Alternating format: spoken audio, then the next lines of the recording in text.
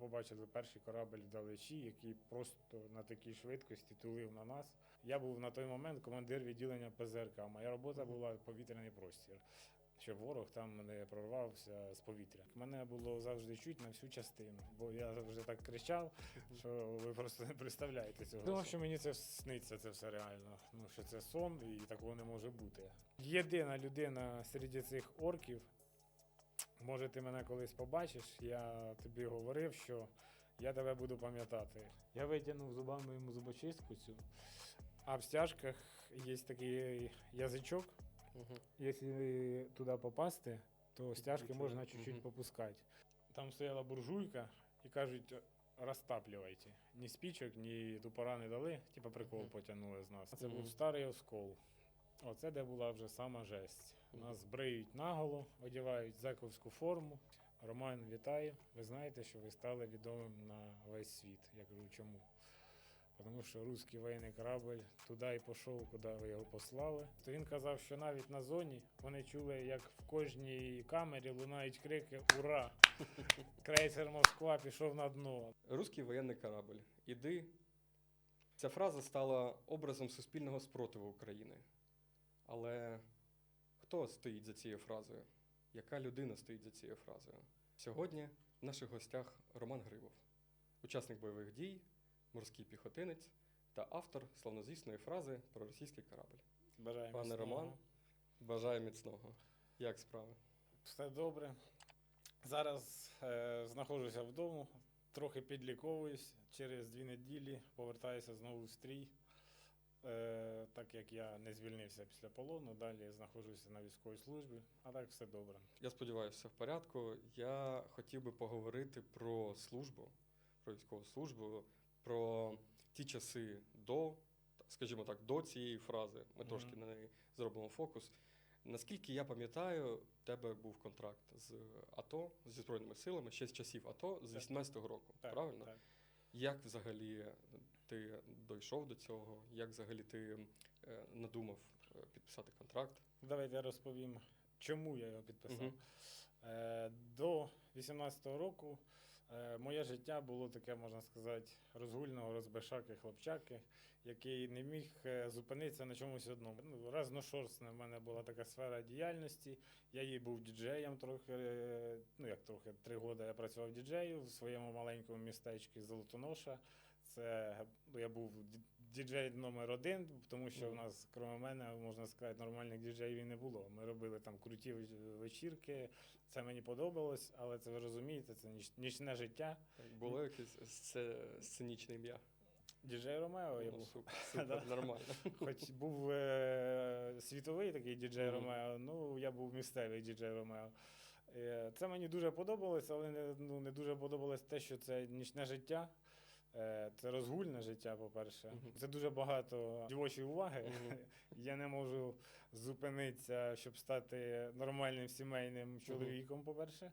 Ну і по-друге, це треба бути на професійному рівні таким діджеєм, щоб на цьому робити кар'єру і щоб це приносило дійсно користь, там тобі фінансову і тому подобне. А я був такий полупрофесіонал, це було місцеві наші. Ну, ми робили там всі вечірки, вплоть до п'яних там і тому подобних. Для нашого міста це було супер топ.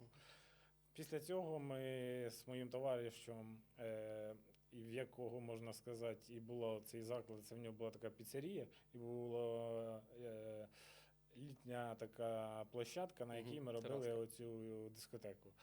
Але після цього в нього батько займався фермерством, ми перейшли на фермерство. Ми займалися ще фермерством трішки там. Ці всі роки мій дядя Вася, якщо ти будеш дивитися це інтерв'ю, це тобі респект великий. Він у мене військовий з самого початку, з 18 років. Він не п'є, не курить, він спортсмен, він зараз полковник уже, він преподає в академії військовій, уже, можна сказати, на пенсії. Але, у нас в Києві. Да. Він мені ще з 18 років говорив, що йди на військову службу. Це себе закалить, якоби, ти станеш стабільним, ти побачиш, що це нормально якось, це приводить чоловіка в чоловіка. І коли вже я дійшов до того піка, що я зрозумів, що я наскільки вже оце разношерстно поміняв цю сферу своєї діяльності, що я, в принципі, особо нічого не вмію, а мені вже практично на той момент, це 18-й рік був, скільки це було років назад. 7 років. 7 років назад, ну, вже потрібно було заводити сім'ю і якось братися за розум. І я все-таки вирішив, послухав дядька свого і пішов, підписав контракт, але мені відразу захотілося вже як йти, то спробувати себе в якихось елітних військах, так як по здоров'ю я більш-менш був, мені захотілося морську піхоту. Мені сказали, там, що я не пройду, там, бо навіть щоб носити берет морського піхотинця, нам потрібно пройти психологічну і фізичну таку полосу від 7 до 10 кілометрів різного виду навантаження, морального, фізичного і тому подобного, щоб носити берет морського піхотинця.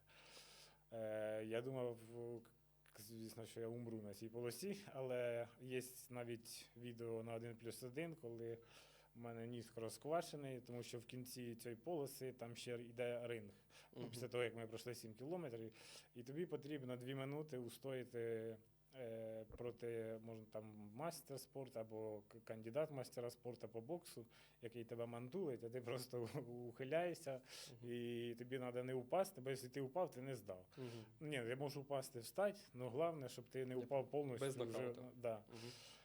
Я здав на цей берет, зробив собі тут татуювання тут, і буквально через 1,5 роки мене побачили мої офіцери, які з мого підрозділу, в якому до сих пір я знаходжуся з 18-го року, і відправили мене на курси сержанта, так як я не так, щоб я б сказати, був самий сильний по фізичних там навантаженнях. Я не був спортсменом номер 1. В мене був такий якийсь моральний дух сильний. І я мав вплив авторитетний на хлопців. Я міг не по-людськи, це не то, що я там нагибав когось. По-людськи я з ними справлявся. По-перше, я завжди добивався справедливості, за хлопців я завжди боровся. Тільки щось, якісь тупі прикази йдуть, я завжди проти цього був. І це дуже важливо, перепрошую, бо сержанти, це ж взагалі, ну, я вважаю, сержанти – це найголовніша ланка в Збройних силах, бо сержанти мають бути лідерами. Як кредо сержантів – це йди за мною, слідуй за мною, роби як я. Я вважаю, що сержанти виконують просто титанічну роботу в Збройних силах. Я завжди добивався, щоб якщо там віщовка видавалась, то вона потрібна була видаватися така, яка вона потрібна, а не як тобі дадуть там 60-й розмір, а в тебе 48-й, наприклад, і кажуть, іди його носи. То я завжди кричав, у мене був голос дуже, і зараз він, просто зараз я вже не психую ніколи, я завжди спокійний. А тоді за 2 роки служби з 18 по 20 рік мене було завжди чуть на всю частину, бо я завжди так кричав, що ви просто не представляєте цього. І цим криком я показав свій авторитет, можна сказати, що я добиваюся завжди справедливості. Ну і офіцери побачили, що серед всіх я маю авторитет, і якщо не зібрати до кучі матросів, яких хтось буде такий очолювати, то вони просто не будуть слухати офіцерів. Мене відправили на сержантські курси, я пройшов, я, мабуть, 4 десь учебки пройшов, зараз я старший сержант, я головний сержант на даний момент батареї, а коли я повернувся вже після лікування, мене ставлять на посаду головного сержанта дивізіону, це, в принципі, вже остання ланка, в якій я виріс у своєму дивізіоні, бо саме більше, що я можу вирости, то це на хіба що головного сержанта бригади. Так як у мене ще поки немає вищої освіти, на офіцера я не можу йти. Зараз я навчаюсь заочно, в юридичному факультеті в нас в Черкасах у Богдана Хмельницького. Тільки 2-й курс, тому офіцером не можу поки стати. А по сержантській лінії я знаю от і до. І хотів сказати, що не тільки цією фразою я свій авторитет підняв в бригаді, а і я і до фрази був хлопцем, який завжди, я завжди любив правоту, і щоб все було, як кажуть в армії, згідно, відповідно. Згідно, відповідно, правильно. І головне стояти за своїх хлопців. І я думаю, за хлопців завжди стояв горою, вони це знають, вони це підтвердять. Я до сих пір так це роблю, навіть знаходячись вдома. І це дуже важливо, дійсно, як і те, що люди мають розуміти, що за однією фразою стоїть особистість і стоїть людина, яка ще з 18-го року захищала кордони нашої країни, цілісність нашої країни і віддала всю себе, служачи в Збройних силах. Я думаю, це дуже важливо.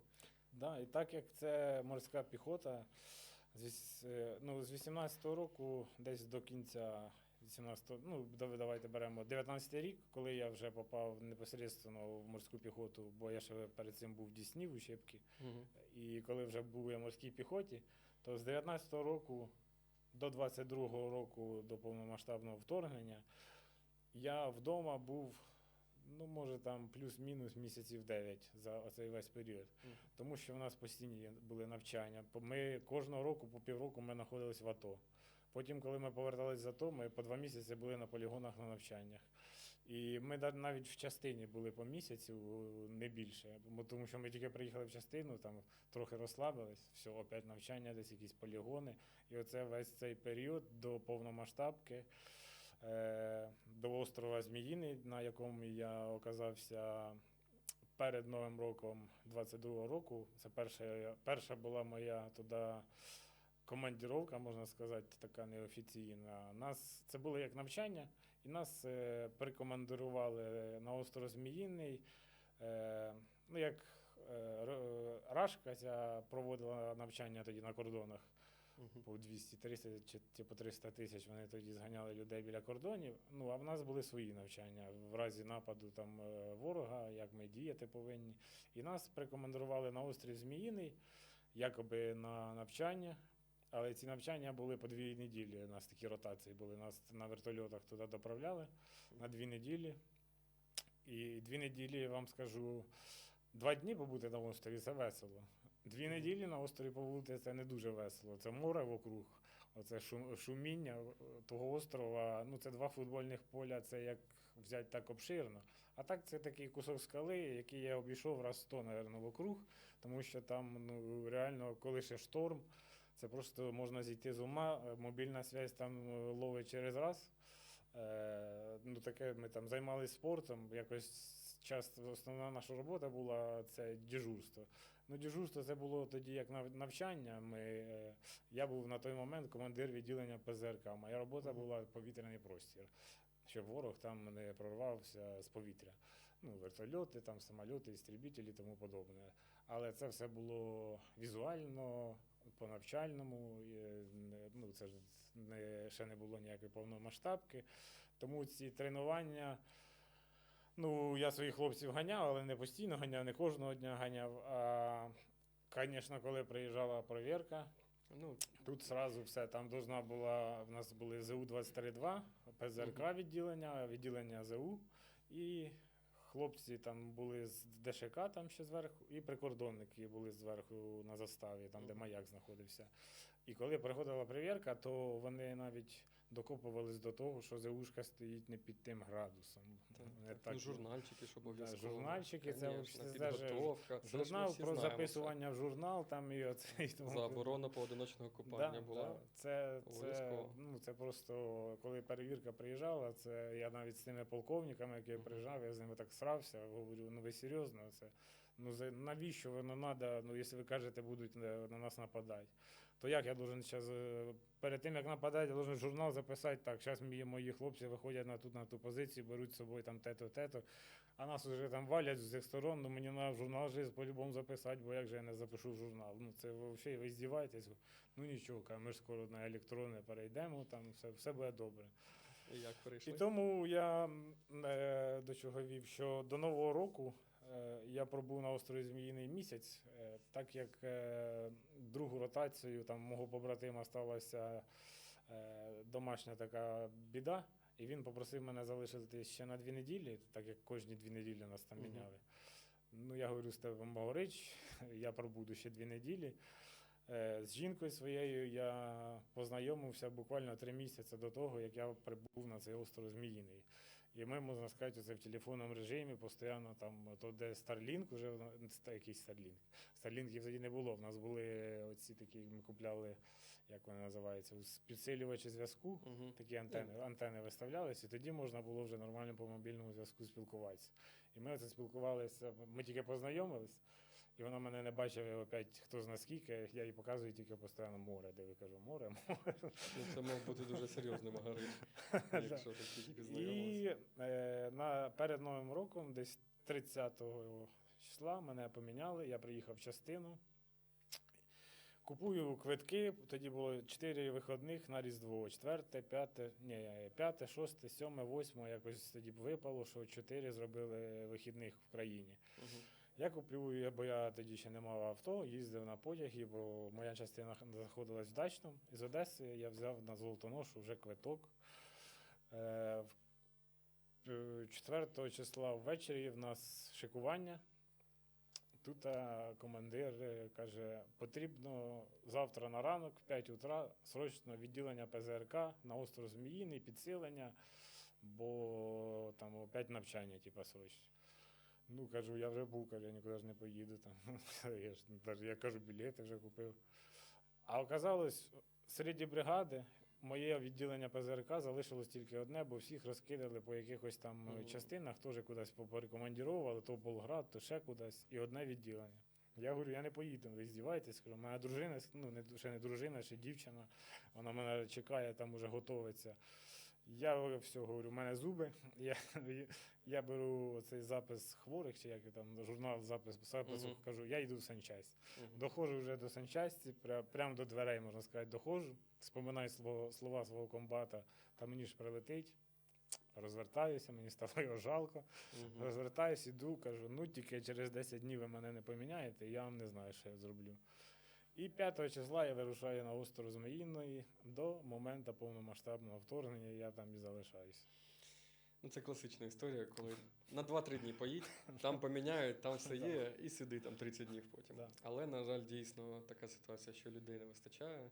Я думаю, раніше до повномасштабного вторгнення взагалі з людьми була дуже велика біда. Да. І ті хлопці, які пішли з 14-го року в АТО, потім в ООС, ми тільки зараз, на жаль, починаємо розуміти, яка це була титанічна взагалі робота. Так, а то... Без забезпечення, без волонтерів. Я маю на увазі Да. не з такими масштабами, як зараз. Бо Да, волонтери, да. вони теж робили титанічну роботу от тоді. І взагалі просто на вольових пішли і працювали. Тільки шана, тільки повага. Да. Розкажи, будь ласка, трошки детальніше саме про перший день повномасштабного вторгнення.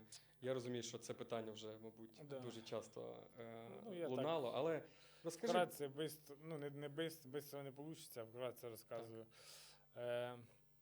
Відкрию маленький вам такий секрет, що 21 числа в 11 часов ночі у нас вже було шикування, на якому командир, який був на той момент старшим, ну, чудова людина, він також з полону повернувся, і він в строю, він далі очолює там якийсь підрозділ.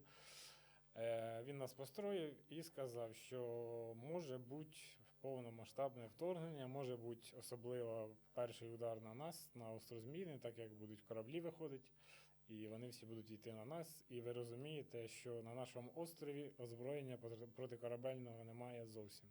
У нас є 5,45, 23-й калібр ЗУ, Мгм. є там ПТРК, противотанкові якісь там в хлопців були ще засоби.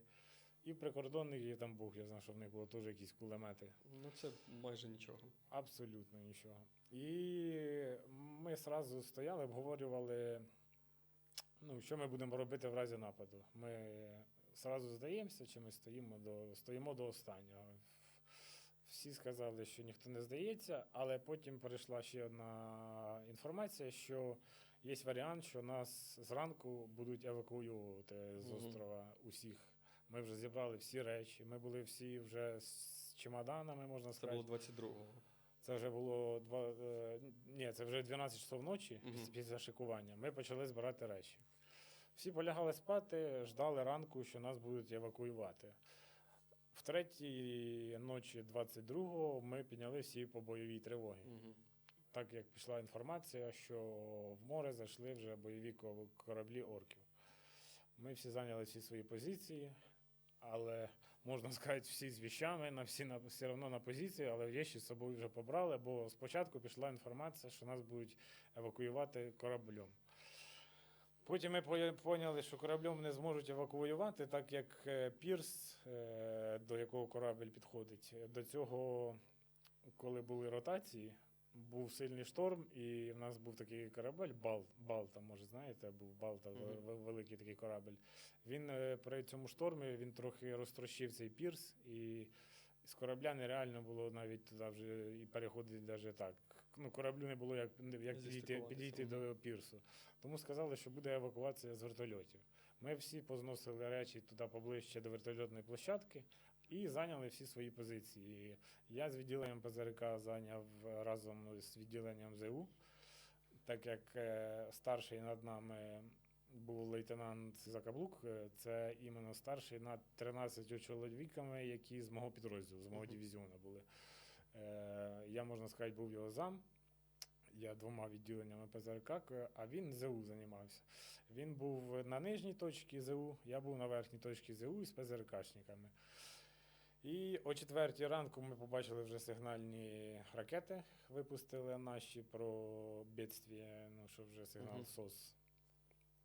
І о 7 ранку, коли вже трохи розвиднілось, десь 7 це була ранку, да, ми почали розуміти, що ніякої евакуації вже не буде. Ми побачили в бінокль, який брав до 10 кілометрів, може десь там він десь брав цей бінокль. Ми побачили перший корабель вдалечі, який просто на такій швидкості тулив на нас, що в нього волни аж розсікались. Ми поки не знали, що це за корабель. Це був їхній оцей десантний корабель Василь Биков, з якого вони десантують. Але вони не наближалися до острова, вони оце десь 10-15 кілометрів вокруг острова вони кружили. Потім ми вдалечі побачили ще один корабель, на якому ми розгляділи 121 ось ці цифри. Давай зразу гуглить, що це таке 121, це виявився крейсер Москва. Ми взагалі тоді просто шоковані були крейсер, ми давай читати, що на ньому на озброєнні. На ньому персонала і бойового складу 500 чоловік, торпеди, ракети, 30-каліберні кулемети 2, а нас на острові 80 чоловік з 5,45 і з 23-м калібром. Ну, да, я думаю. І вони вдвох почали отак цей острів кружити. В 11 часов прийшла інформація, поки в нас ще був зв'язок, від штабу, що зараз буде дали вони зелений коридор для того, щоб евакуювати з острова гражданських. Там ще були гражданські люди, які... Адміністрація? Ні, екологи якісь, які там проби води завжди брали, і ті, хто доглядали за маяком, бо там вже був маяк.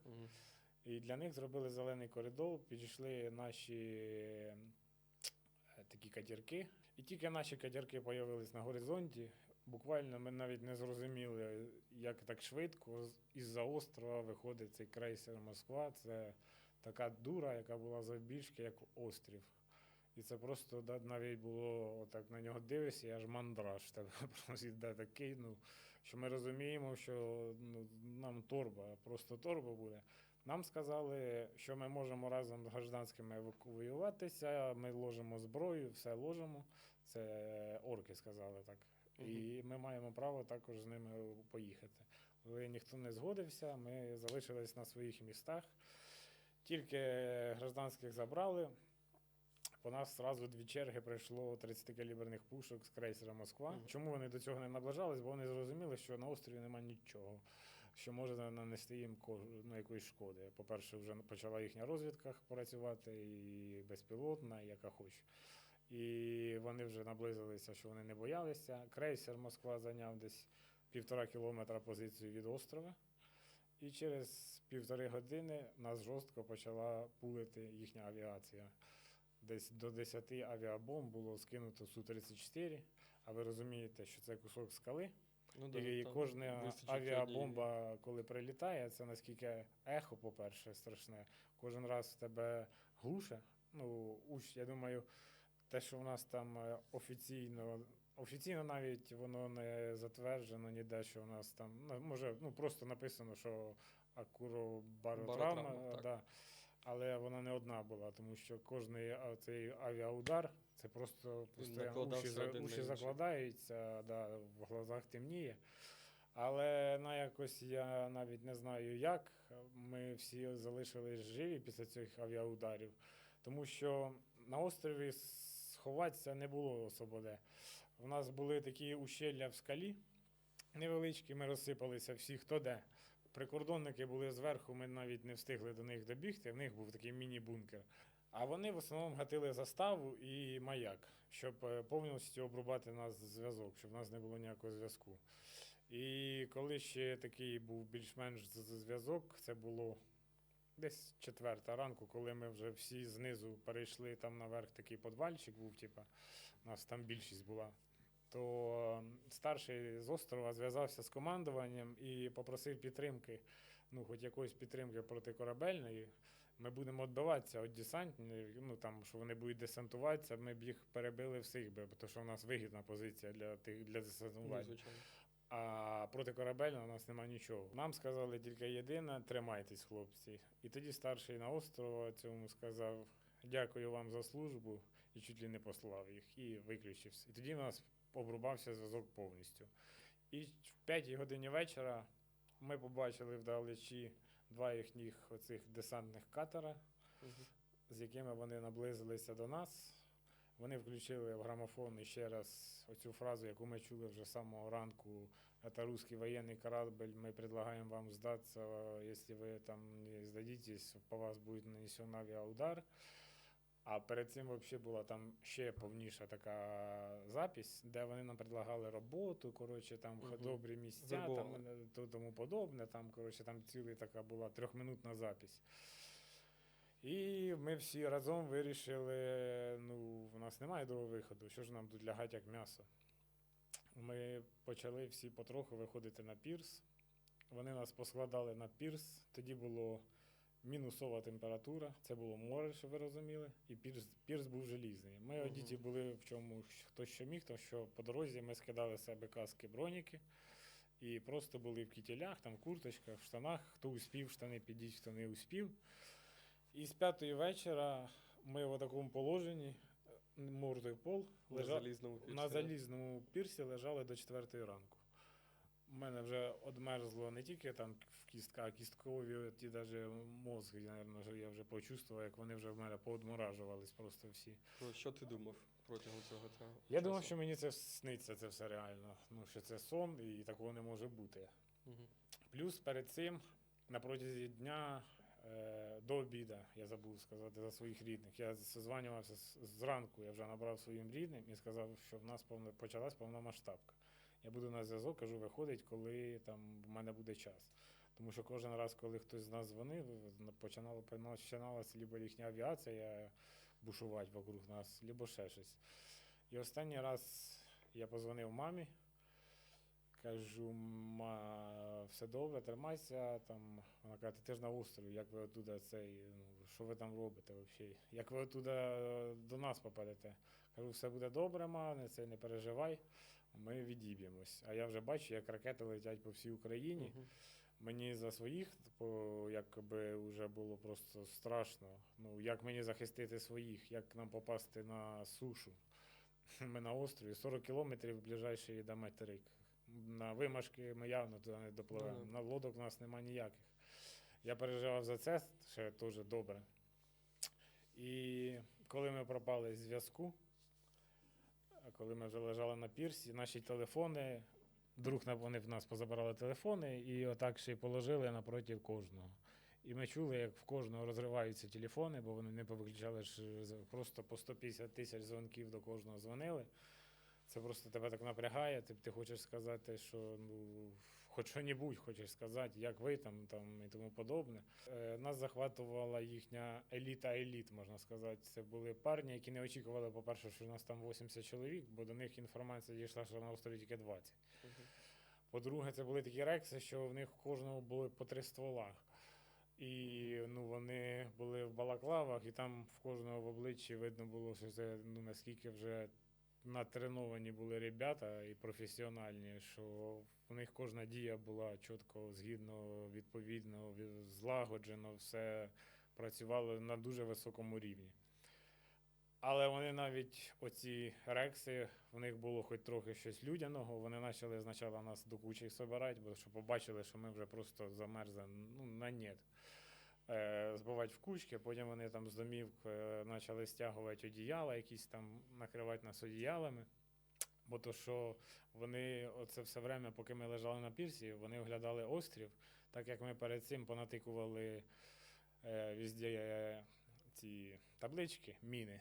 Типа ми везде все позамінірували, хоча в нас не було мін. Ми просто понатикували везде цих табличок заміновано, що вони взяли нашого одного і його запускали вперед, то що думали, що весь острів заміновано. А в нас не було ніяких мін, ми просто то, ну, так себе типа, захистили, щоб часу для себе більше там дати в разі нападу.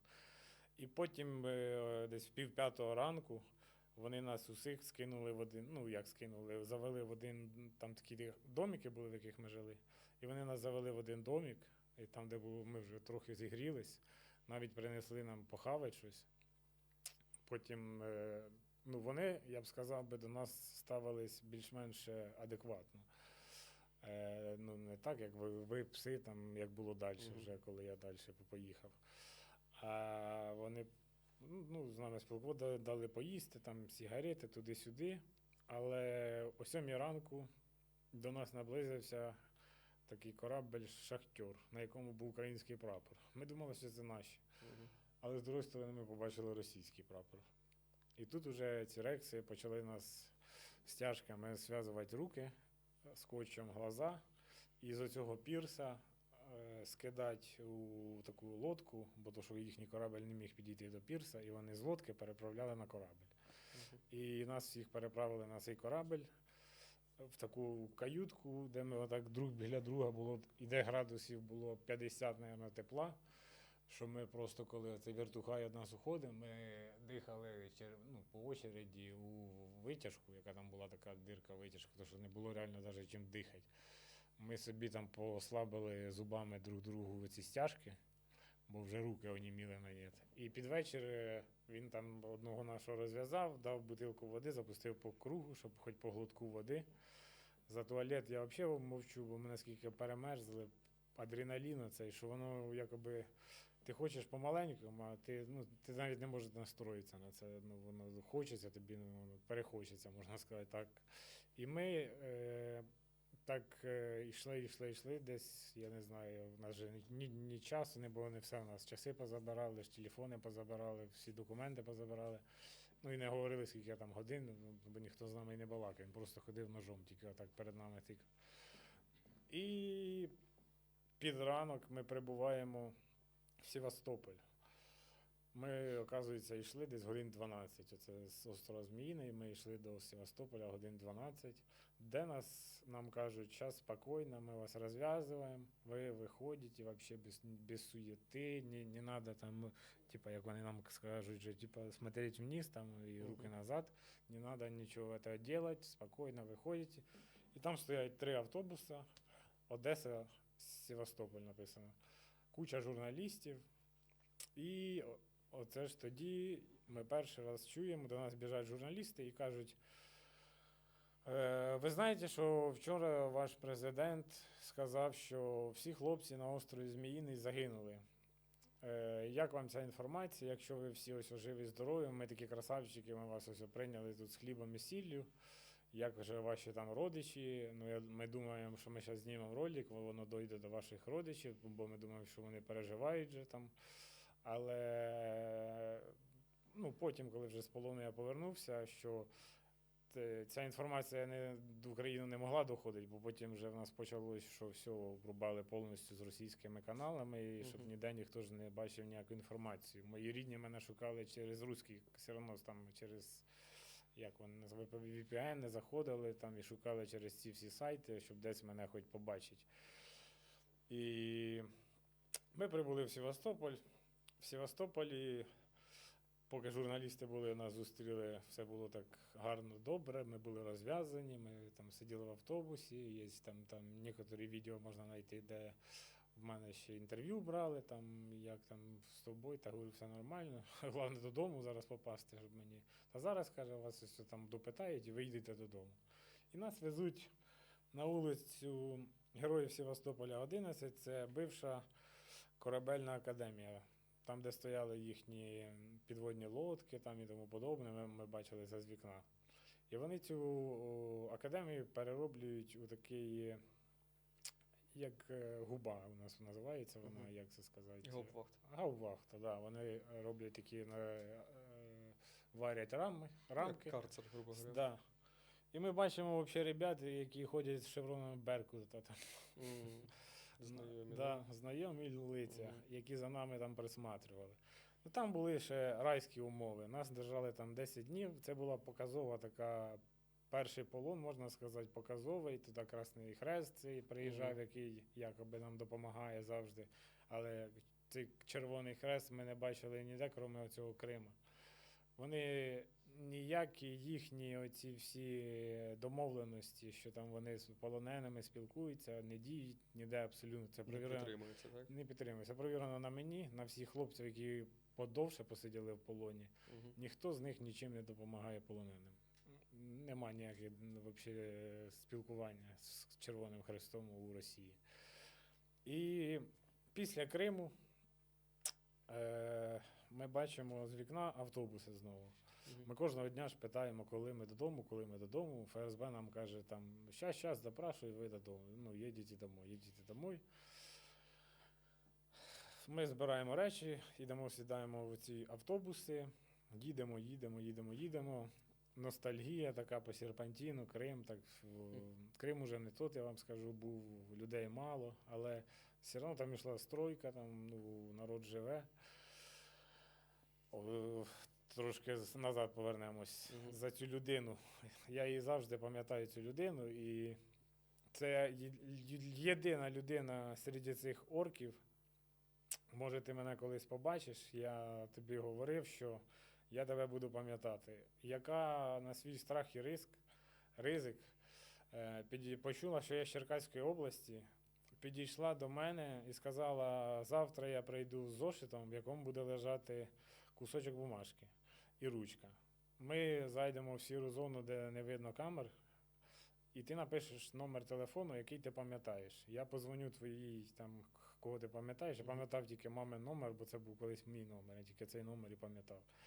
Я написав мамин номер, і коли я повернувся з полону, мама говорила, що жінка, якась, каже, російська, дзвонила з Криму і сказала, що ти знаходишся в полоні. Але цю інформацію я не знав, поки я був в полоні. І саме головне для мене було ця інформація, що президент нас похоронив, і щоб моя мама нічого з собою не зробила, то що ви розумієте, як рідним інформація про те, що ми всі загинули в перший день. Щоб моя дівчина з собою нічого не зробила. Ну, я просто, я не знаю, я й телепатично вже питався їм якось доносити, що я живий, зі мною все нормально. Ну, я все одно до останнього дня, поки не повернувся з полону, я не знав, чи вони знають, що ми живі, чи не знають. Тому що по їхніх новостях все время крутили, що президент Зеленський похоронив всіх на острові Зміїний. Все. А ми прийняли їх в Криму. Ну, ми розуміли, що русські новості до українців не доходять. Ну, оказується, там ті, хто хотіли, то ті знайшли, як вигружали нас в Криму і тому подобне. Тому велика дяка цій людині, я забув, як його звати. Він навіть на другий день приніс мені цілий пакет, в якому була зубна щотка, так як нам не давали навіть ні зубних щоток, нічого. Зубна паста, 5 пачок цигарок і 3 пари носків, по-моєму. Да. Сигарки, в нас був дефіцит, так як курити хотіли всі, а нам там ну, сигарети видавали типа по 2 пачки на 80 чоловік. І ми от по пів сигарети по очереді виходили, там по 20 чоловік нас випускали, і ми курили. Я пороздавав хлопцям, і хлопці до мене всі підходять, откуда в тебе зв'язі тут? Та говорю, які зв'язі? Просто з'явилася така людина, ну, яка на свій страх і ризик, можна сказати, це таке зробила. Ну, йдемо далі. Студа ми поїхали, і ми доїхали в автобусах, коли вже до цієї бази. Бачимо літаки їхні Іл-76. Ілюша є славний звісний. Мгм. Оцей, що такий ззаді відкривається. Да-да-да. Да. І ми бачимо, що там вже жорстко пакують ребят, їх вже там дуже сильно мотають скотчем, стяжками стягують. Вже не такі привітливі, да? І вже міняються вертухаї ці на других. І доходить до нас очередь, заходять вже другі, ці самі вертухаї, які нас везли. Вони кажуть, так, типа, ми вас довезли від точки А до точки Б, зараз вас приймають другі. Приймають другі, і ті починають нас вже стяжками стягувати, іменно так жорстко, що просто мене аж отак руки скрутило. Скотчем наскільки обмотали, що я кажу, та я дихати не можу, щоб ноздрі хоч попустіть мені. І давай просто так зашвирювати нас в той самоліт. В цьому самольоті ми дуже довго летіли, і ми умудрилися навіть, біля мене був Валера Закаблук, це лейтенант, який був у нас на острові.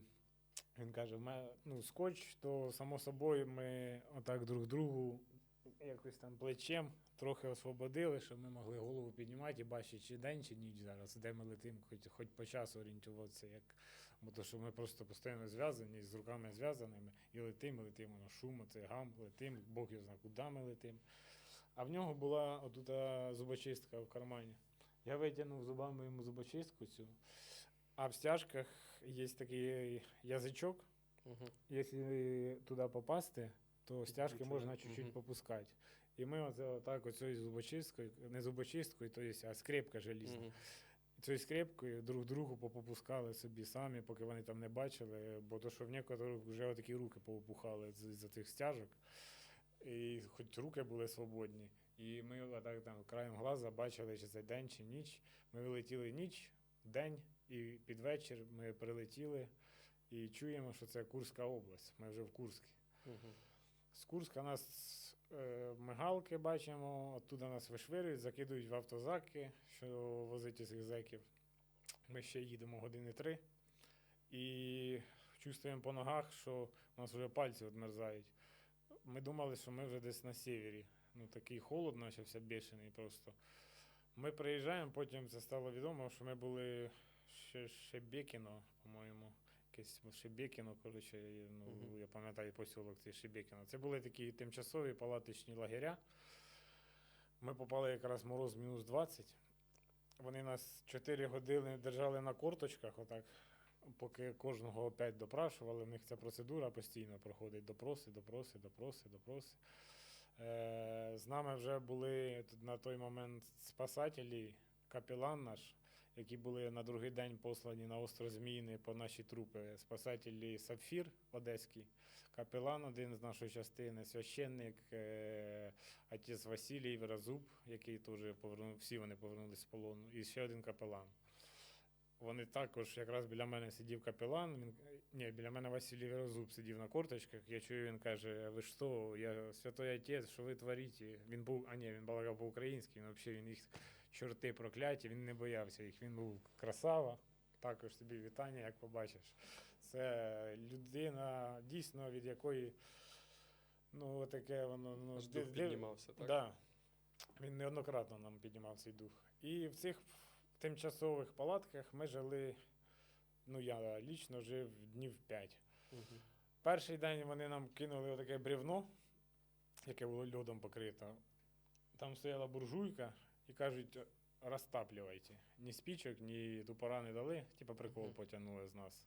Їсти, соответственно, там давали отаку балябуху, якась риса, і отаку чаю наливали. І це одна була їхня страва. І друга страва, що то теж в такому роді, коротше. 2 рази на день вони нас кормили цим чаєм.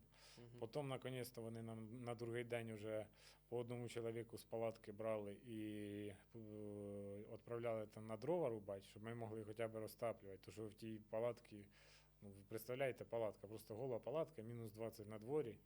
Ми учимо діти, що є, вони нам якісь речі позносили, а на мені було штук, 5 носків, але вони були взагалі до одного місця, все перемерзло.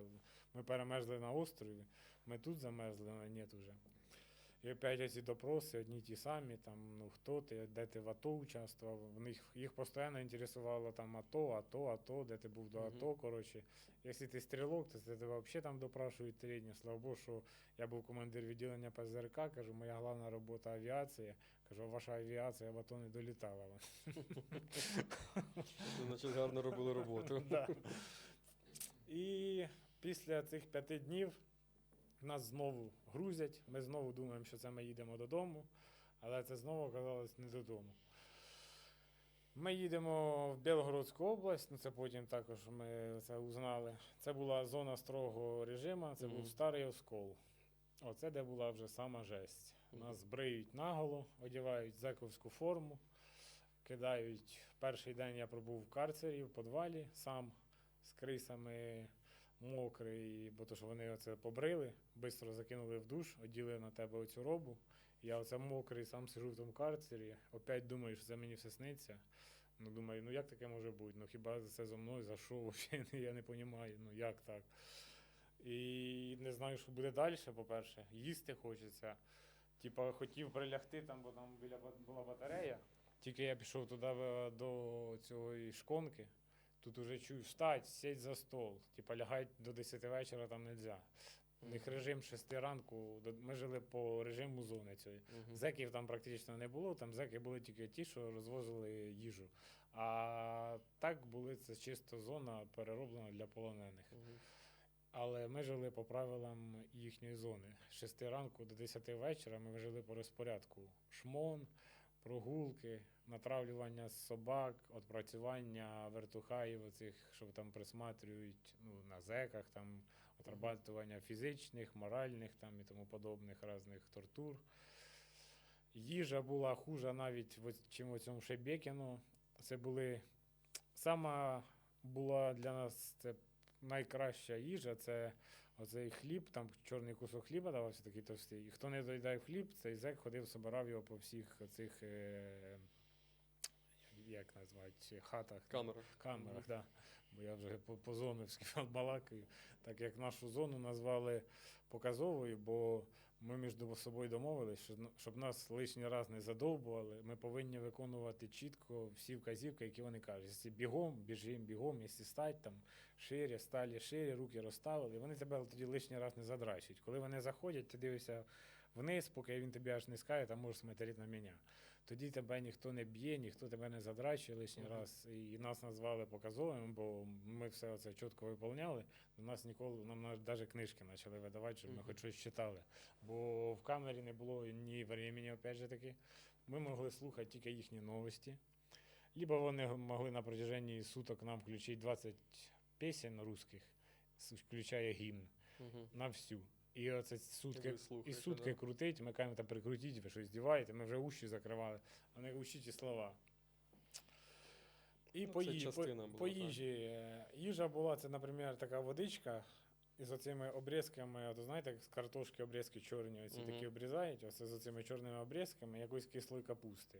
І самий смак був, це коли оцей чорний хліб, це ми так розуміли, коли його собирали, хто не доїдав, наверное, якимось з риб'ями отрубами його перемелювали, щоб був вкус трохи риби. Це і робилися типу, такі жарені рибні котлети, ну, ми їх так називали. Це було саме смачне, типу, для нас на той момент. Але ми наїдалися хлібом, бо все остальне, те, що давалося, ну я не знаю, це точ свині їдять, ну копія, це саме, що свиням давали. Я приїхав, я тільки за 33 дні, я там пробув 33 дні, я похудав на мінус 12 кілограм, тому що це було нереально. Але ми все рівно, щоб не зійти з ума в камері цій, тому що ми не знаємо інформації, по їхніх новинах там Київ вже чуть ли не з усіх сторон захоплений, вони вже там пів України захватили, по їхніх новостях розказують. Ми давай друг другу хоч розказувати, хто що знає там, про астрологію, чимось відлікатися, бо то, що кожного дня, коли ми варили оце, що з нами буде, і нас попалась різна публіка, одному 55 років, одному 19 років, нам по 30 років, нас було 6 чоловік. Кожне своє бачення, там цей дід, можна сказати, 55 років, він оце по кругу ходить, це я остаюсь здесь, мне все равно ничего там уже не светит, какая мне разница, він оце ходить по кругу, це, говорю, діду, гаманісь, це все буде нормально. Я кажу, готов все тут перетерпіть. Ми навіть план побігу готували, ми думали, навіть, коли можна захватити цих орків. Коли ми виходили на прогулку, нас виводило там 2-3 чоловіка. І ми навіть в такому режимі, коли ми були аж зігнуті до полу, ми все одно там продивлялися, куди ми можемо йти з цієї зони, але ж потім ми думали, а куди далі тікати, де ж ми знаходимося. Ну, різні були плани оттуда, як уйти. І в один момент я чую, відкривається камера, Грибов з вещами на вихід. Мгм. Це типа мені треба було скручувати цей матрасик, який вони там дали, чашку там, ще щось. І ми йдемо туди, де я згружав свої вещі військові, свої ЗСУшні. Мені видають ці ЗСУшні вещі, в мене вже мисль, що це не може бути, я їду на обмін, чи що, ну, це може так, дійсно так. Мені дають ці вещі, я передіваюся в вещі, берці дають без шнурків, шнурки вони вже десь посвязували, коротше, ну хоч що-либо там дали. Даже мені віддали, ні, тоді мені ще не віддали ніякі документи. І опять мене закидають в автозак, тільки автозак взагалі одиночний, де я сидів отак, бо там це наскільки узенько. Мгм. І ми їдемо наскільки довго, що я вже просто, ну я вже хочу розправитися, якось ми їдемо. Приїжджаємо, теж я забув цю локацію, це потім вже коли повернувся з полону, я узнав, де я бував там.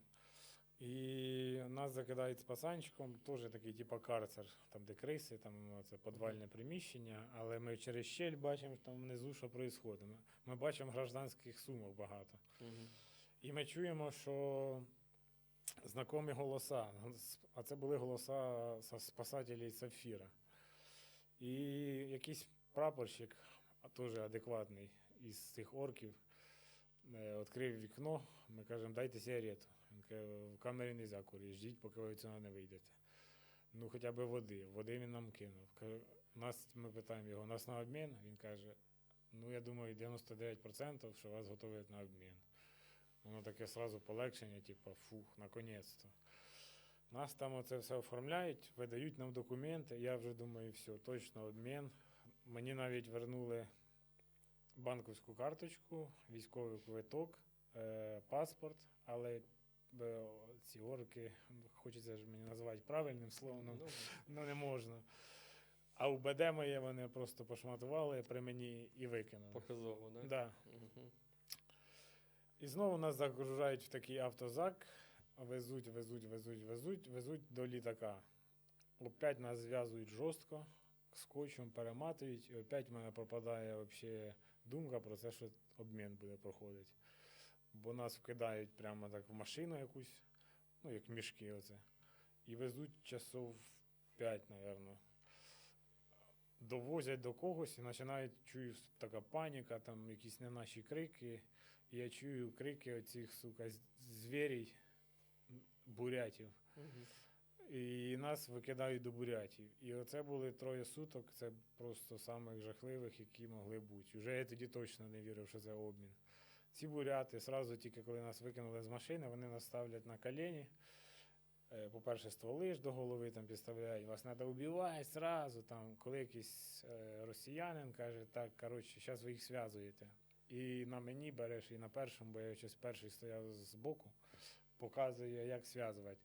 Ось сюди вони роблять таку петлю, Мгм. і ззаді зв'язуються руки. І ці руки зв'язуються до цієї петлі. І коли ти руки чуть-чуть сюди підтягуєш, петля на шиї стягується. Мгм. І опять вони скотчем заматують нас, і отак перекидають в машину. І, коротше, воно вже мені передавило кадик. Ну, да, будь-який рух, Да, він да. тільки Ну, взагалі, ти чуть-чуть так руками двигаєшся, хочеш ну, розслабити, бо так затерпли вони вже. І воно вже ну, просто харчишся. І на мене ще кинули мужичка, його кілограм 120 зверху, теж так, що в мене вже і ноги оніміли. І нас вони оце возили, ми так поняли, по одному маршруту, часа 4. Оце туди, сюди, туди-сюди. Що там, я чув, парні вже лежали, просто харчали, вони вже задихались. І в один момент ми почули, що так, все спокійно, зараз всіх розв'язуємо. І ми чуємо взагалі вдалекі українські голоса. Зараз буде відбуватися обмін. І це був обмін, це була Запорізька область, розрушений мост, де нас всіх вже порозв'язували, построїли. І по списку ще раз перепровірили. Нас парні наші швидко закидають машину, то що тоді було наскільки все напружено. З нашої сторони куча бойців, везде стояли снайпери, хто хоче, і з їхньої куча бойців. Це якийсь розрушений мост був такий. І пацани кажуть, нам треба швидко уходити, бо типа, зараз ці неадеквати можуть ще ну, відкрити огонь. І ми доїжджаємо до Запорожжя вже, і де в Запорожжі до мене підходить главний СБУшник, якого я до сих пір не можу побачити. і мені каже на ухо: ти Роман Грибов? Кажу, я. Тут тебе губернатор Запорізької області хоче, каже, чуть. І мені кажуть: Роман, вітаю, ви знаєте, що ви стали відомим на весь світ. Я кажу, чому? Тому що русський воєнний корабль туди і пішов, куди ви його послали. І мені почали показувати в інтернеті, везде банери.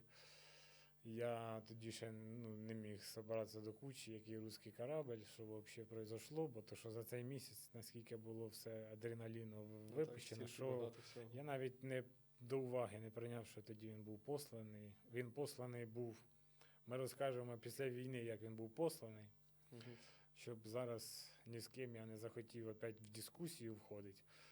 Тому що на цій фразі построєно дуже багато, опять же, корупційних схем, політичних схем. Я став комусь невигодним, мені багато хто питався ставити палки в колеса. А я яким був, таким і залишився. У мене немає маєтків, в мене немає джипів, мерседесів, тому що на цій фразі хотіли собі люди, некоторі, я думаю, так, заробити мільярди. І не давали ні мені нормально розвиватися, хоча це в них нічого не вийшло. Я як з початку мого звільнення з полону з допомогою цього всього, як це сказати, не піара, а цієї відомості, так. я як почав допомагати своєму підрозділу, так і до сих пір це роблю. А другим, як не дав дати ходу розвивати бізнес на цій фразі, так і не дам. Тому що це війна, а це не бізнес. І те, що зараз багато в нашій країні на війні роблять бізнес, це мене також просто бентежить наскільки, що я, напевно, і оце 2 місяці назад в мене був вже нервовий зрив, бо зараз я лікуюся, в мене підтвердили ПТСР, плюс невроз великий, я п'ю антидепресанти, тому що я тримався, але вже моя нервна система не видержала цієї всієї бюрократії, цієї всієї корупційної двіжухи, яка проходить в той час, коли в нас йде повномасштабна війна, і більшість, хай не більшість, але відсотків 30 нашого населення, вони зовсім не розуміють, що в нас війна. Там 20%, які ще розуміють, але вони сильно не переймаються. Ті, хто вже поближче до них доходять кордони отак, з бойових дій, ті вже повністю розуміють, що таке війна і що може бути. І тому я просто хотів би звернутися до громадян, що якщо ви думаєте, що зараз у всіх на слуху одне, що прийде Трамп і все, і в нас все останавлюється, в нас все класно, війна закінчилась, ми перемогли, там ще я не знаю, що ви собі думаєте. Але цього не буде. В Трампа буде 2 варіанти, які він предложив, він вже їх озвучував. Я не буду озвучувати, я не політик. І навіть якщо це все призупиниться, тому що це може тільки призупинитися, це не буде закінчення війни, це буде призупинення. Якщо ви пам'ятаєте 16-й рік, то на це призупинення пішло більше року, це тільки на відведення військ. А відведення військ – це та сама війна. Ми тоді стрілялися з друг другом так само, коли відводилися війська, і тоді так само погибали наші побратими. Так що тут казати, у нас історично ми сотнями років воюємо. Да. Те, що зараз це тільки етап нашої історичної або багаторічної війни. Тому всі ми розуміємо, що перемога в нашому плані, або перемир'я, зупинка, як би ми це не називали, це лише тимчасове. І дуже важливо розуміти, як ми використаємо ті відведені роки або місяці, які в нас будуть. Як ми їх використаємо в плані підготовки, в плані патріотичного виховання молоді, в плані міжнародної комунікації. Це дуже важливо. І я з тобою погоджуюся на 100%, що ми можемо розраховувати виключно на себе. І те, що Трамп прийде, порядок наведе, це лише якісь ілюзії, які ми хочемо просто вірити, але дійсність такова, що потрібно розраховувати виключно на себе. Да. Скажи, будь ласка, ще про дуже цікаве питання про крейсер Москву. Які твої були емоції, коли ти почув, що твоє провидіння, воно здійснилося? Коли він пішов на дно, Да, коли він пішов на дно, скажімо, на дно, так. це було, нагадайте мені, це в квітні було, так? Так, так. Да, я вже був на свободі, я вже був вдома.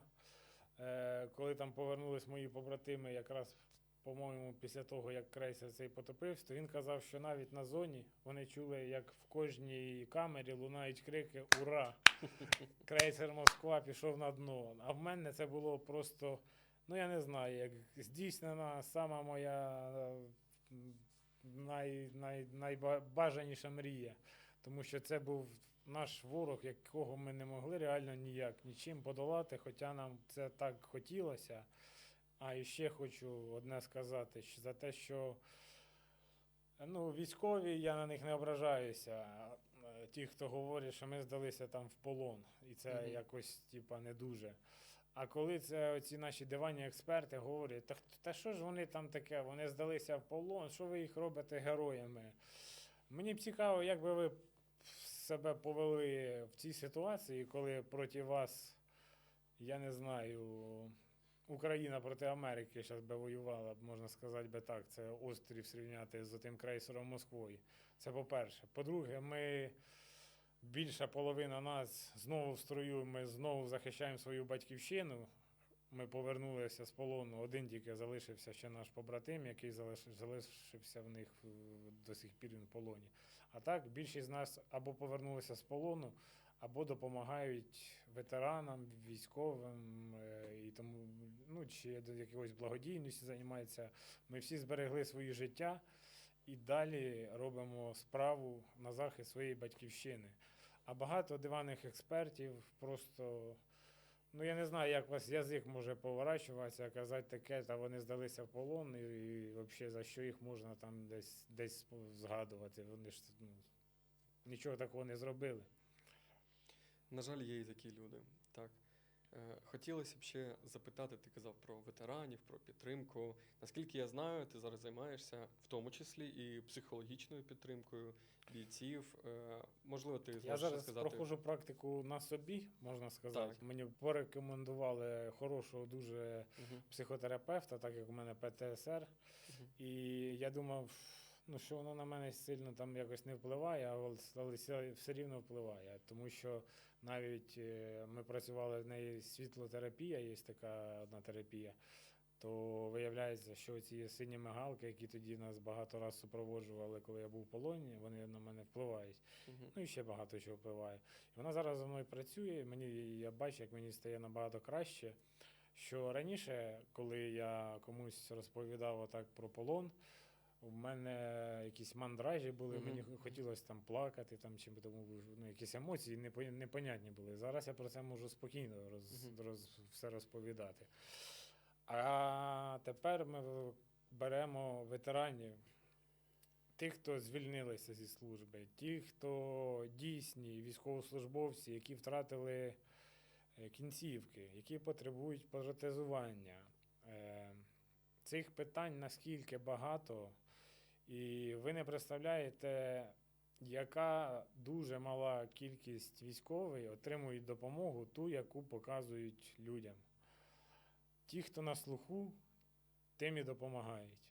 Ті, хто, вибачаюсь, там десь з забитих сел якихось, які немає за них кому там слово замовити. Вони сидять, як всі звичайні люди в очередях в тих лікарнях, ждуть якоїсь там допомоги любої, психологічної, там неважно, чи йому потрібно ВЛК пройти. Вони навіть не знають, що вони можуть без черги проходити. Наш народ, по-перше, я ще раз можу зрівняти з тою Америкою. Коли я був в Америці, йшов в формі ЗСУ, я й не йшов в американській формі, я йшов в формі ЗСУ, до мене не одна людина підходила і казала «дякую за службу». Так коли б останній раз в Америці взагалі війна була? Ніколи там її особо не було тої війни, вони просто поважають військових. У нас військових, може це ТЦК, я не виню ТЦК, бо на ТЦК взагалі вже їх чуть ли звірями не зробили. В них робота така в ТЦК, а що робити? Як у нас ухилянтів дуже багато, реально ухилянтів, які сидять вдома, пузаті, в них куча енергії, куча сил, які могли реально піти на захист країни, але вони поробили собі якісь інвалідності, броні там і тому подобне, і сидять вдома, думають, що він 10 гривень якісь там задонатив, і все, і він ну, красавчик, він поміг там армії. А то, що там пацани мої, ось хлопці, вони вже 3 роки, ну який це, 3-й рік у нас закінчується, в них не було ні одної ротації.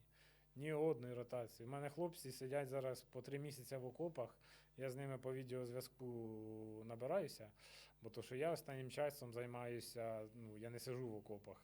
Моя задача забезпечення, що по посаді я головний сержант батареї, а головного сержанта яка задача? Забезпечення в основному. Я займаюся забезпеченням. Плюс командири до мене лояльно відносяться, я їжджу по різних таких аукціонах там, і заходах, де я ну, добуваю для свого підрозділу там, різну допомогу. І коли я зізванююся зі своїми хлопцями, і моя дружина рядом, і вона каже, та як таке може бути, що хлопці 3 місяці зовсім не вилазили з окопа, а їм тільки раз в неділю туди просто продукти привозять і все. Там немає умов, де в душ можна сходити, де можна побалдіти. Коли от там грязі по коліна, вони просто копаються там трошки далі, щоб було сухіше, і знаходяться в таких умовах. То ну я не знаю, наскільки хватає вас совісті, потім, коли ми все-таки у нас якась буде перемога, і вони будуть говорити і казати, ми перемогли. Ну, це для мене буде, це не тільки для мене, це буде ще потрібно властям подумати, як справитися з тими військовими, які повернуться додому після цих 3 років безротаційних, безперервних. І те, що вони бачать, що зараз коїться в нашій країні, кожного дня корупційні схеми. Кожного дня викриваються ВЛК ці схеми корупції. Міністерство ветеранів безполезне взагалі, яке ні в чому не супроводжує ветеранів. Моя ціль, я думаю, мої американські друзі мені допоможуть зробити такий хаб. Ну, в нас є такі хаби, на які можна, я не знаю точно, де, в Одесі і у Львові, це мій побратим мені казав, що які дійсно допомагають. Основна кількість наших ветеранських оцих хабів, це просто аби ото считалось. До них приходить ветеран, вони йому не можуть навіть дати список пільг, на які він може претендувати. Та що там говорити, я з 19-го року у мене ТУБД, я не отримав ні землю, ні житло, нічого, абсолютно нічого не отримав. І дуже багато бійців навіть не знають про А те, дуже що вони багато можуть бійців, отримати. які навіть взагалі не знають, на що вони мають претендувати від держави хоча б. Це проблема інформаційної політики, адже нещодавно була ситуація, коли для ветеранів, для учасників бойових дій змінили правила користування страховкою для автомобіля. І раніше це була безкоштовна страховка, зараз 50% знижка. Да. І у мене дуже багато бійців казали, почекай, а що у нас взагалі була безкоштовна страховка? Да. А я завжди купував, і я навіть не знав, що таке є. Тобто тут проблема про те, що дійсно багато учасників бойових дій навіть не знають, що вони можуть отримати. Я не кажу там про землю, це взагалі висота. Да. Я кажу про якісь банальні протезування, зубопротезування безкоштовні там переходи в чергах, пропуски. Та наші ВЛК. хлопці, ті, що на інвалідних візочках, то 80% нашої країни, лікарень та просто житлових багатоповерхівок, вони не пристосовані до того, щоб на візочках хлопці могли нормально Рівень переміщатися. інклюзивності він бажає краще. І багато хто навіть починає ще там бастувати, та зачем переобладнувати під них, оце під візочки, блядь. А як їм переміщатися цим хлопцям? Як в нас дуже багато зараз буде таких хлопців. Дійсно, це в майбутньому буде дуже великий виклик. Спочатку потрібно перемогти. Да. Потім для України буде великий виклик – це судова система. Я думаю, що компенсації, позови на військові частини, там мені не доплатили, там мені не компенсували – це буде великий виклик. Да. Ще один виклик буде великий – це медична сфера, адже всі бійці побіжать лікувати своє здоров'я, яке вони просто вгробили. Да. Усі хронічні захворювання. Я не кажу про такі очевидні, як протезування або поранення. Ні. Хронічні захворювання. бійці на фронті, чим вони харчуються? Це просто одні енергетики і Я вам їжа. просто приклад, як це сказати, про датістат. Да? Мгм. Той, що іде дійсний про датістат. Беремо яйця. Бійцю виділяється на неділю 1,5 яйця. 1,5 яйця. Ви Ну, розумієте, що це за рівень взагалі? На жаль, так. Тому багато дуже буде викликів в майбутньому, особливо з медичною, з психологічною реабілітацією. І ще один момент, я вважаю, буде теж дуже важливим, це проблема з працевлаштуванням Так, для військових. так. Адже багато хто з бійців не захоче повертатися на ті роботи, яких вони були до мобілізації, до контракту, а багато хто не зможе повернутися, адже він 3 роки, це зараз 3 роки, ми ж ще служимо, так? Він 3 роки займався діяльністю військового, і він десь захоче повертатися там на СММника, Да. для прикладу. Тому проблема з працевлаштуванням, вона теж буде дійсна, і це потрібно вирішувати вже зараз. Да. І це маємо вирішувати такі, як ми. Це мають вирішувати саме військові, а не бюрократична машина, яка працює, на жаль, проти військових, а Да. не Да. за благо військових. Тому потрібно організовуватися, потрібно робити такі проєкти, як ми, потрібно робити якісну інформаційну політику, потрібно створювати організації, спілки, ветеранські, потрібно об'єднуватися і потрібно пояснювати, я вважаю, що це важливо, пояснювати цивільним, що долучатися до Збройних сил, ставати ветеранами, ставати учасниками бойових дій – це престижно. Це як одна велика сім'я, Так, де ми так. всі проти одного ворога, Так, ми всі заради однієї мети. І потрібно розширюватися, поєднуватися, потрібно розказувати цивільним Зараз- про те, зараз що… ти або з ЗСУ, або для ЗСУ. Більше Так. не може бути.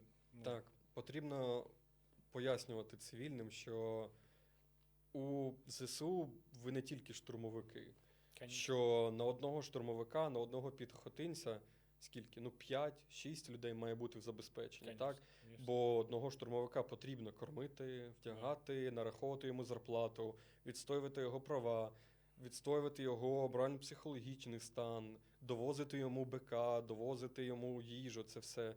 І ці всі професії, вони дуже важливі. Так. Логісти, оператори, БПЛА, навіть діловоди в штабах, це все Так. дуже важливо. І якщо ти хочеш мобілізуватися, то дуже, на жаль, є такий зараз стереотип про те, що сьогодні ти мобілізуєшся, завтра ти вже будеш в учебці, а післязавтра будеш в окопі, десь Так, там так. під Часів Яром. Цей стереотип потрібно руйнувати. Потрібно пояснювати, що в Збройних силах немає непотрібних або малоефективних професій, спеціальностей. Мгм. Дійсно, є питання потреби. Потреба в піхотинцях, потреба в штурмовиках, вона більша, ніж Да. потреба в діловодах. Але неможливо порівнювати важливість одної і іншої професії. Так. Як ти думаєш, як потрібно працювати далі з ветеранською політикою? Як потрібно далі працювати з ветеранами? На твою думку, що б ти хотів як ветеран змінити? Я не кажу зараз там про структури Змінити все, я міністерства. Ну, слухай, Ну, не так, як все. Оці, скільки там, 3 пункти. Юридичний супровід, соціальний супровід, працевлаштування, медичний супровід. Це повинно бути на всі 100%. Так само, як і забезпеченням житлом, так, бо у багатьох немає свого житла. А я думаю, якісь там 30-40 квадратних метрів тих можна виділити ветерану, він це заслуговує.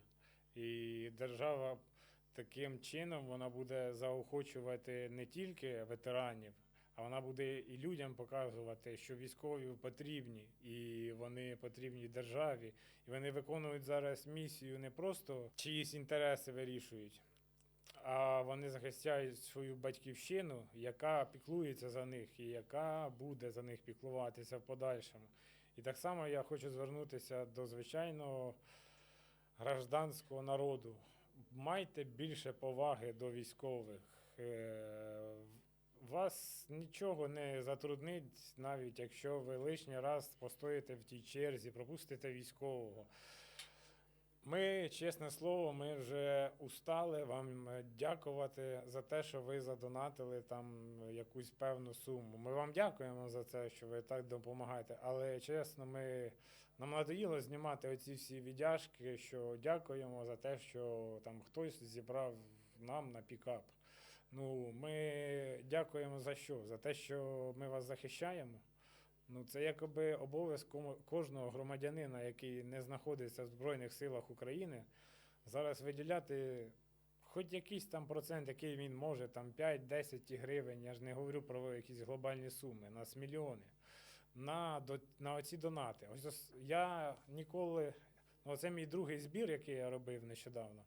І чесно, він мене аж дуже харить. Я не знаю, як це сказати по-другому. Він мене дуже злить. Тому що я должен робити 1000 репостів для того, щоб зібрати ті 250 тисяч гривень на пікап, підключати кучу зірок там, і тому подобних, просити людей, доказувати людям, що це я. Там ще карточка прикріплена не моя. Дивіться, ладно, цей збір вже пройшов так.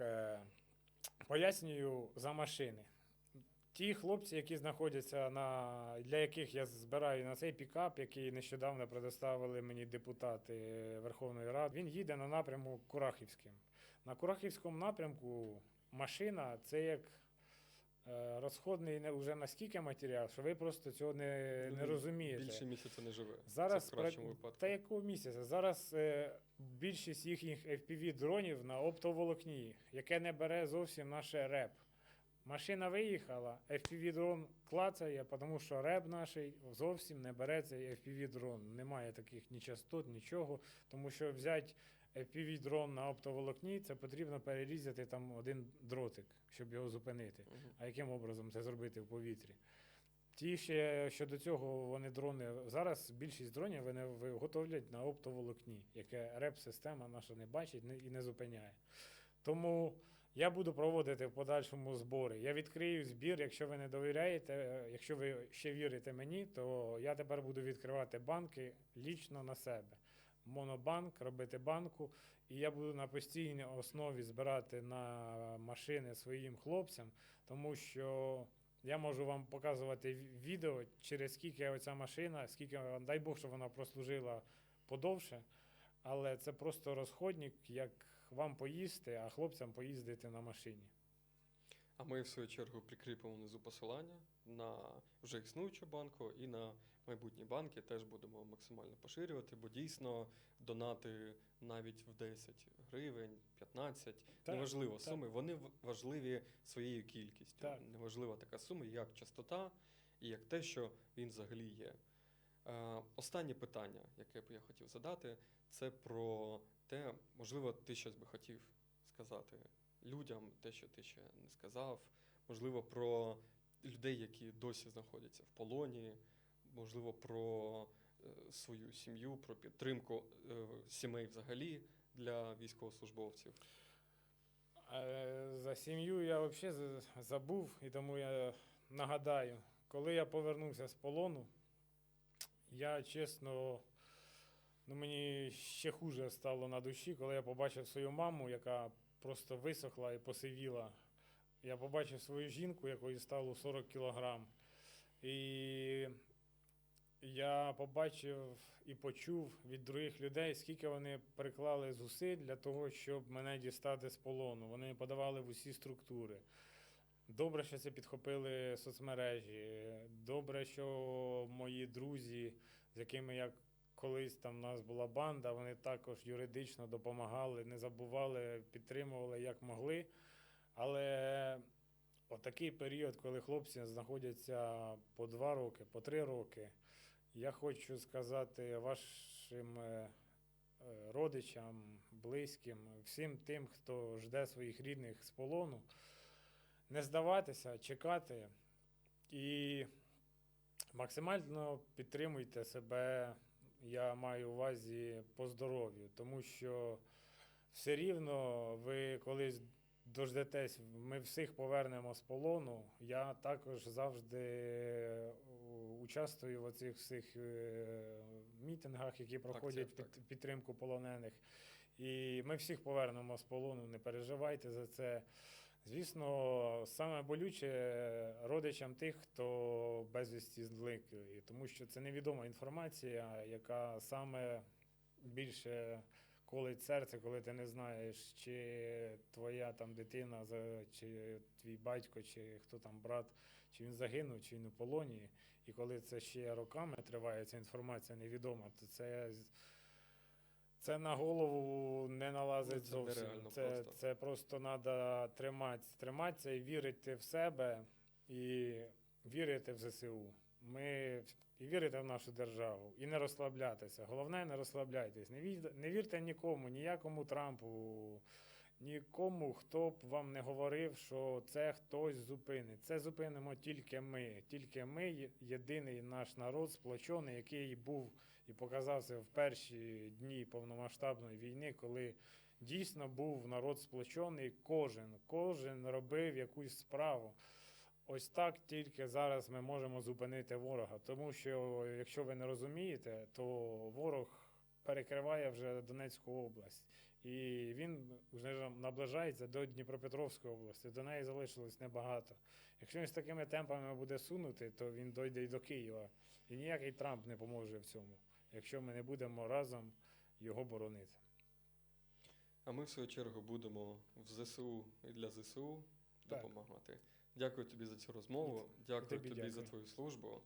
Я звертаюся до наших підписників, щоб ви ставили вподобайки, щоб ви поширювали цю розмову. Це дуже важливо для нас, для організації пана Романа. І я хочу об'явити розіграш про те, що ми зараз попросимо пана Без- Романа без дуже питань. люб'язно підписати славнозвісну фразу і розіграємо серед підписників. Для цього необхідно бути підписаним, поставити лайк цьому відео і коментар. Серед коментарів ми розіграємо картину з підписом пана Романа і відправимо вам.